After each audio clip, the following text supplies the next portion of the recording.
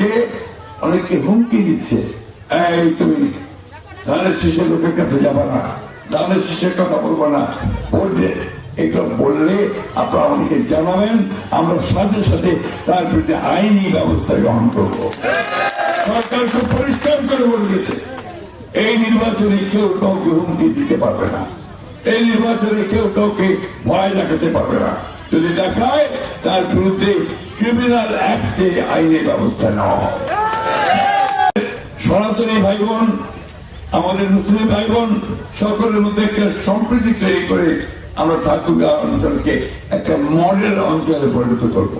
এখানে ভেদাভেদ থাকবে না, এখানে একসাথে আমরা কাজ করবো। এই সবাই রাজি আছেন এখানে কাজ করতে?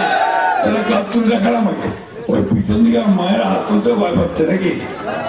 ভয় পাবেন না মা, এই দেশটা আপনার, এটা কারো পৈতৃক সম্পত্তি নয়, প্রত্যেকটা জনসাধারণ নাগরিক হচ্ছে এই দেশের মালিক। সুতরাং ভয় কোনো কারণ নাই।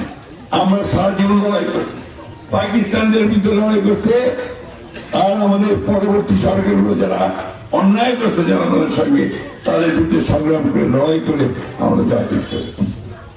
আমরা সবসময় ন্যায়ের পক্ষে থেকেছি। 5,000 টাকা পর্যন্ত কৃষি ঋণ সুদ বিএনপি মাফ করছিল, 25 বিঘা জমি ঠান্ডা বিএনপি মাফ করে দিত। আপনার মসজিদ ও মন্দির ভিত্তিক পাঠশালা প্রাইমারি স্কুল চালু করছিল কিন্তু বিএনপি, ভুলে গেছেন নাকি সব?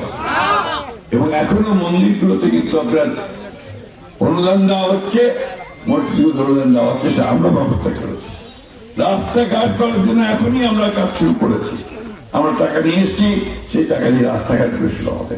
সুতরাং আমি আপনাদের কাছে প্রধান যে বিষয়গুলো জানতে চাই যে আমরা কাজ করতে চাই, উন্নয়ন করতে চাই, আমরা স্কুল কলেজ মাদ্রাসা সবকিছু উন্নয়ন করতে চাই, মানুষকে কাজের ব্যবস্থা করে দিতে চাই।